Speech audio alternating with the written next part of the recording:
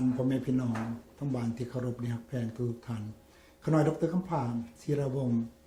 รู้สึกเป็นเกียรติได้ภาคภูมิใจอย่างยิ่งที่มีโอกาสอันใดมาอบรมกับท่านพ่อแม่พี่น้องอีกตามเคยสำหรับการมาอบรมน้ำทานพ่อแม่พี่น้องครั้งนี้นี่ก็มีรายการดีๆหลายอย่างถึงที่จะมาศึกษาค้นคว้านำกันกับท่านพ่อแม่พี่น้องหรือว่าบางครั้งข้าวอาจจะแก้ขอความสงสัยของทานนั้นให้หายออกไปจากในคันธสันดานเพราะว่าการที่เฮามีคำถามอยู่ในจิตใจของพวกเฮานั้นถ้าว่ามีผู้นั้นผู้นี้เพิ่นมาเว้าสู่ฟังนั่นก็เป็นปรมีอันล้ำค่าแต่การที่จะเดินทางมาพบพ่อเว้ามาหากันได้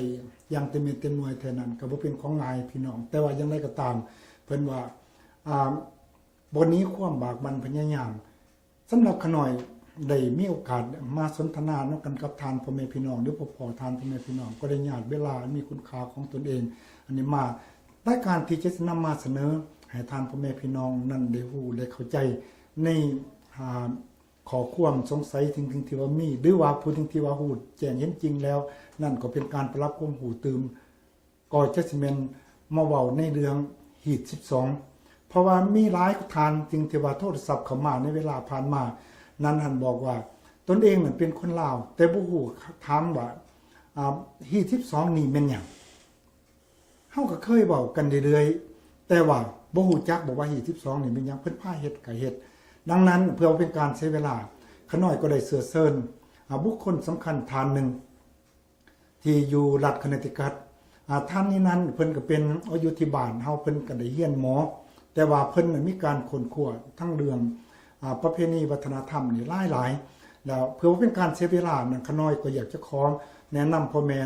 พี่น้องทั้งบ้านนั้นได้มีโอกาสได้รู้จักกับเพิ่นท่านนั้นก็คือท่านดร.ทองวันนอดินสบายดีพ่อแม่พี่น้องที่ฮักแพงทั้งหลาย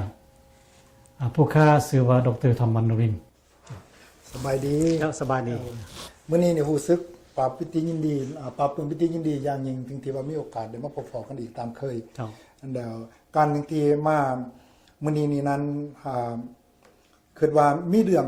สำคัญอันใดสิ่งที่ว่าเฮาพอที่จะมาโลมให้ทานพ่อแม่พี่น้องทานพอที่คิดจะบอกทานพ่อแม่พี่น้องของเฮาทั้งบ้านได้รับรู้ได้บอกว่ามื้อนี้เฮาควรสิสนทนากันเรื่องใดตามผู้ข้าได้รับฟังมานั้นพวกจัดรายการให้เพิ่นจักเชิญเฮามาเว้าเรื่องเกี่ยวกับฮีต12โอเคท่านพ่อแม่พี่น้องทั้งที่ผู้รับฟังทั้งบ้านที่เคารพนะครับแพงเข้าใจที่ว่าดีที่ว่าคำว่าฮีต12นี่นั้นแปลว่าสิมีตั้งแต่1ไปหา12แม่นแต่ว่านี่บ่เจ้าเป็นนะโอเคตั้งแต่1ไปหา12นั้นน่ะหมายความว่าฮีตของลาวนี่เพิ่นถือมาตั้งแต่เพิ่นถือมาโดนนานบ่เกี่ยวกับเรื่องว่าฮีต12นี่เพิ่นถือมาโดนนานบ่อันนี้ตามหูความมาเนาะก็ได้ยินเพิ่นเว้าแล้วแล้วตามในคนคว้าเบิ่งประวัติศาสตร์ลาวเฮานี้ก็เห็นมีหลักฐานแน่นอนนี่แหละแม่นสมัยพระเจ้าฟังงุมปีคศ1350คศ1350หมายความปีพศ1902อาจจะแม่นตามที่ว่าหลักฐานทางด้านประวัติศาสตร์เจ้าเพราะว่าพระเจ้าฟังงุมเพิ่นได้เอาศาสนาพุทธลัทธิเทรวาสนี้มาจากประเทศเขมรตอนเพิ่นทอนโหมประเทศลาวแล้วเพิ่นก็มาประกาศให้ศาสนาพุทธนี้เป็นศาสนาประจำชาติอยู่ในสมัยของเพิ่นเจ้าแล้วก็เขาก็ได้นับถือกันตั้งแต่พุทธมาทารุณีคนลาวเกิดมาก็ฮู้จักรถเรื่องฮี12มันจ้ะเรื่องฮี12บ่เจ้าโอเคในวันนี้คำว่าทานพ่อแม่พี่น้องทั้งบ้าน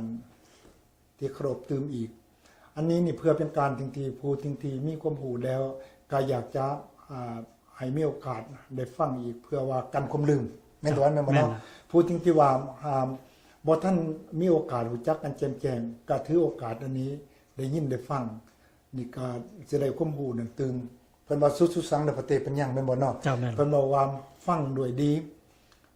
เบิ่งด้วยดีเจรจาด้วยดีพิจารณาด้วยดีนี่ได้ความรู้วิชาแม่นเด้อดังท่านดร.ทั้งวันพอที่จะอธิบายสู่ฟังได้บอกว่าคำว่าฮีต12อยู่ใน12อันนี้มีหยังไงฮีต12นี่เพิ่นหมายถึงการเฮ็ดบุญประจำเดือน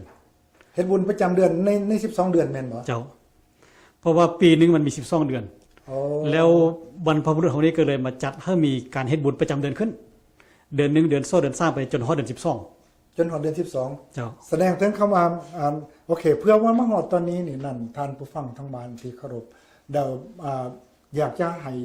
เพิ่มเติมอีกตอนหนึงครับว่าคำว่าฮีตนี่นั่นนี่แปลว่าเฮามาบีบทุกสิ่งทุกอย่างให้มันเป็นฮีตเห็นบ่จื้ออะไรบ่เพิ่นเฮ็ดเตาฮีตหั่นนะฮีตผ้าฮีตแพร่ของเฮานี่แม่นบ่เพื่อหยังนั่นนี่อยากให้มันเป็นระเบียบแม่นได้บ่แม่นบ่คือวันใน12เดือนนี่นั่นน่ะเพิ่นอยากให้ฮู้จักว่าเดือนนี้นี่เฮ็ดหยังเดือนหน้านี่เฮ็ดหยังแสดงว่าบีบรายการตัวนี้นี่เข้าไปเพื่อให้มันเป็นข้อ เจ้า แม่นหรือบ่แม่นบ่ แม่น โอเคเ